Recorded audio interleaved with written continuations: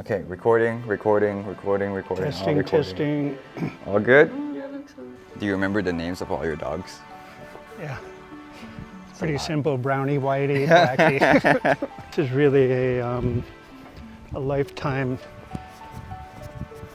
dream come true for me to have a big, comfortable place to call home and plant a lot of trees, watch them grow, gardens. How long has this project been going? Well, I bought this land 12 years ago, started building in 2020.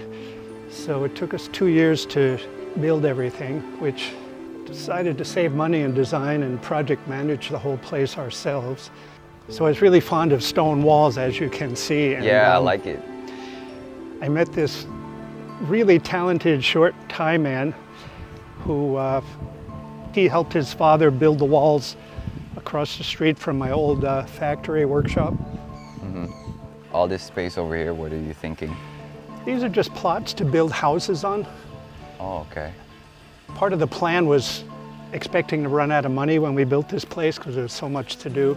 You already expected it. Oh yeah, when we started, we said, well, let's just do it in phases. So we finished the important factory phase, staff housing phase, showrooms, my house in the back, all the staff housing, and yeah, so future ideas are to build some houses for my 4 children on that level, build a main house in the back for me. Right now we're living in the guest house, which is pretty comfortable and okay. It's inspiring to work when you know there's a lot of things you want to get done, you want to do in the future. Kind of like there's a reward at the end of the... I'm kind of jealous. I feel like you've achieved what a lot of artists want, like a space for themselves where they can just fully work on their craft without a lot of distractions. Like obviously this is very far from a lot of things. You're surrounded by trees, greenery. You don't hear any cars. I worked really hard since I started working in glass when I was 20 years old. Finally land in a place that's all ours, and to know whatever you want to build, whatever you want to develop, it's ours forever to keep and watch it grow. Was that always been a goal? Yeah, I mean, I rented a house and workshop area in town. I rented it for 40 years, and I did a lot of improvements on there. And at the same time, all the improvements were done. I enjoyed them, but I realized they didn't belong to me. So that was the downside. Let's take a walk up to the showroom, and I'll show you some glassworks, the finished glassworks. There's a quote that you're reminding me of. It goes something like, "True freedom is self-sufficiency." Well, that's the best quote ever, because you're free to enjoy what you've created without having to answer to anybody. Gang war. You guys go home. You guys go home. Nobody's coming in. No. Get out. They're in now. Maybe they'll be quiet. They infiltrated. This piece of glass, we just finished it a couple days ago. And it's really hard to see on film or in photos, but this is that special crystal I had made for me in large pieces. This is a really simple shape. Usually we get involved in doing more complex figuring and shaping. When you get the right light on it, it does a lot of refractions. And the first question. What's your name and how would you best characterize yourself? My name is Stephen Gormley, and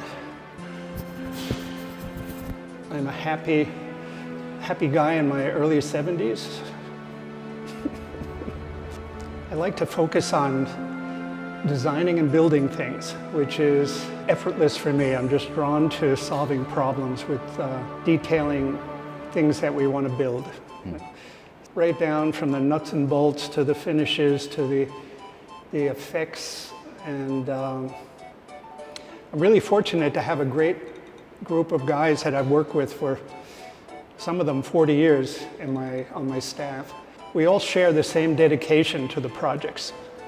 When all the designs are done and the materials are there, we just love to start work every day. It's a great thing to share with a team because a lot of the things we do are take months to finish, sometimes a year to finish. Pretty much everybody is self-motivated. There's no hand clapping and say, okay, let's get going. Everybody's right to work and enjoying their craft. I could point out a project here if you want to look at it. This is the project we just finished in Shanghai, China. A freestanding glass building built out of bricks and laminated glass and dichroic coated glasses. And this is like an 8-meter high freestanding building. This is an entryway to the lift core of a building that services the 100th floor to the 130th floor. That's the lift core for the hotel. Along with that, we also made these glass columns that are in the main level entryway, and they go through this gate up to the lifts, up to the 101st floor. That's a photo of the reception desks that we made, which were quite well received by everybody. Looks like a big hand-cut crystal piece, except they're 600 kilograms each, and they're very successful with lighting and effects. So this project took more than a year to make. It's just a great feeling when you're going to do something, you know it's going to take 4 months to carve these desks, and you start, and every day a little more progress, a little more progress. And then when the final piece is all finished, I mean, it's a whole breathtaking feeling that the degree of difficulty was so high and the amount of patience was so great. And then when it's completed, it's the reward of witnessing it done is just a great feeling. Yeah, then we had the pleasure of creating and packing, assembled this in my workshop, took everything apart, packed it in boxes, shipped it to Shanghai, and flew up there in the winter of 2020, put it all together at the site at Shanghai Tower. Projects that take months and months to fabricate.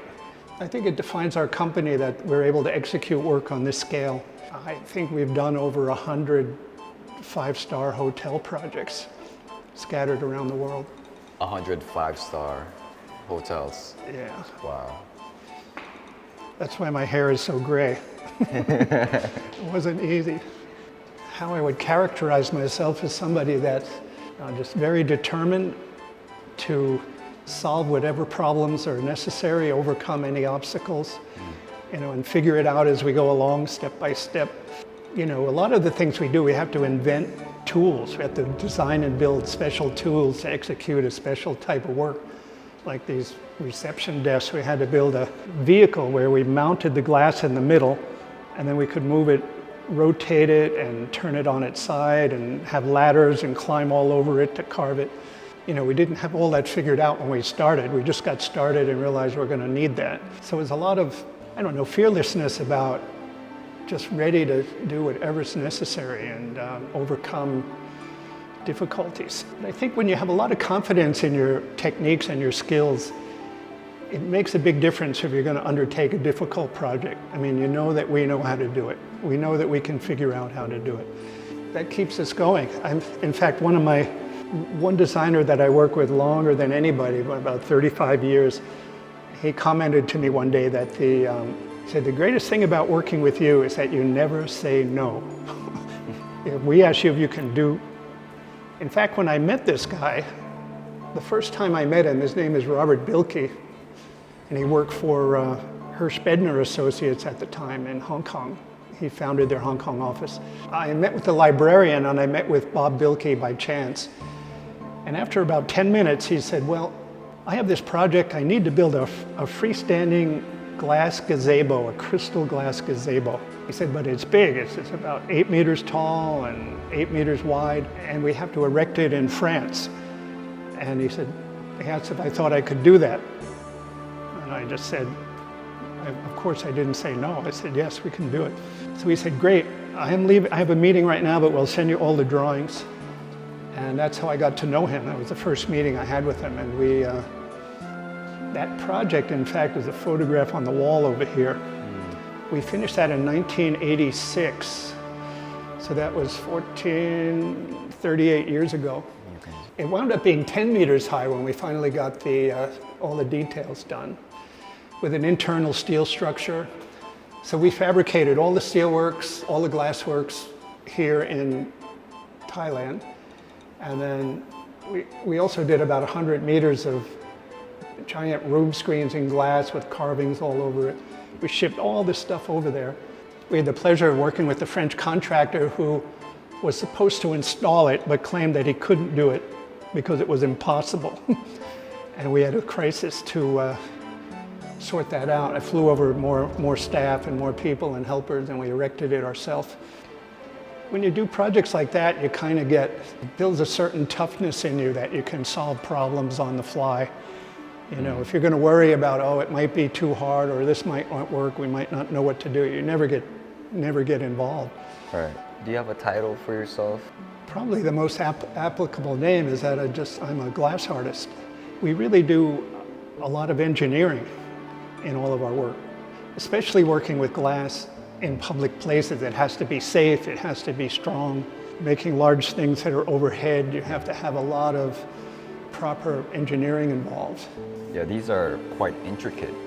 What is? Yeah, these are very unique in the world. This is really a large solid glass sculpture. This one is made out of lamination. So it's laminations of ultra clear glass with dichroic coatings inside the laminations. So the dichroic. What does that mean, dichroic? It's a dichroic, it's a translucent coating. It transmits light in one color and it reflects light in a different color. So when you look at this, all the blues that you're seeing is light transmitting from the back. So when you look at it from this side with the light shining on it, you're getting a lot of warm reflective effects, and you're also getting lighter blue effects from the transmission. Yeah, this is one of the first pieces I did. I got a little carried away with it. And that's the great thing about creating art pieces. You know, you can just get inspired to do it. I was really intrigued with the idea of making a living by being a craftsman. And I had made furniture, I had been working with some metal and working with textiles. And when I started working with some glass, I realized I really liked the glass. Glass really resonated with me immediately. I think I started 16 hours a day for the first 10 years, just worked nonstop. I was driven. I was 22, I opened my first glass studio in Vermont, a town called Londonderry. I stayed there for 10 years and developed my craft and started doing etching on glass and a lot of stained glass windows, thousands of stained glass windows. Pretty much self-taught. You know, I studied a lot. I went to a lot of conferences and researched a lot of things and taught myself all the techniques that we use. Basically, I was just living a dream right from the beginning, doing what I love to do. That's amazing. It wasn't, till this day. It wasn't hard to work 16 hours a day. It's just all I wanted to do. This is the project we're currently working on. This is an illustration of the buildings. They're going to open the beginning of 2026. What they're asking us to do is to work on this project, which is the entry to the six-star hotel. So I started following the EOC's design, and they had a brick that was designed like this.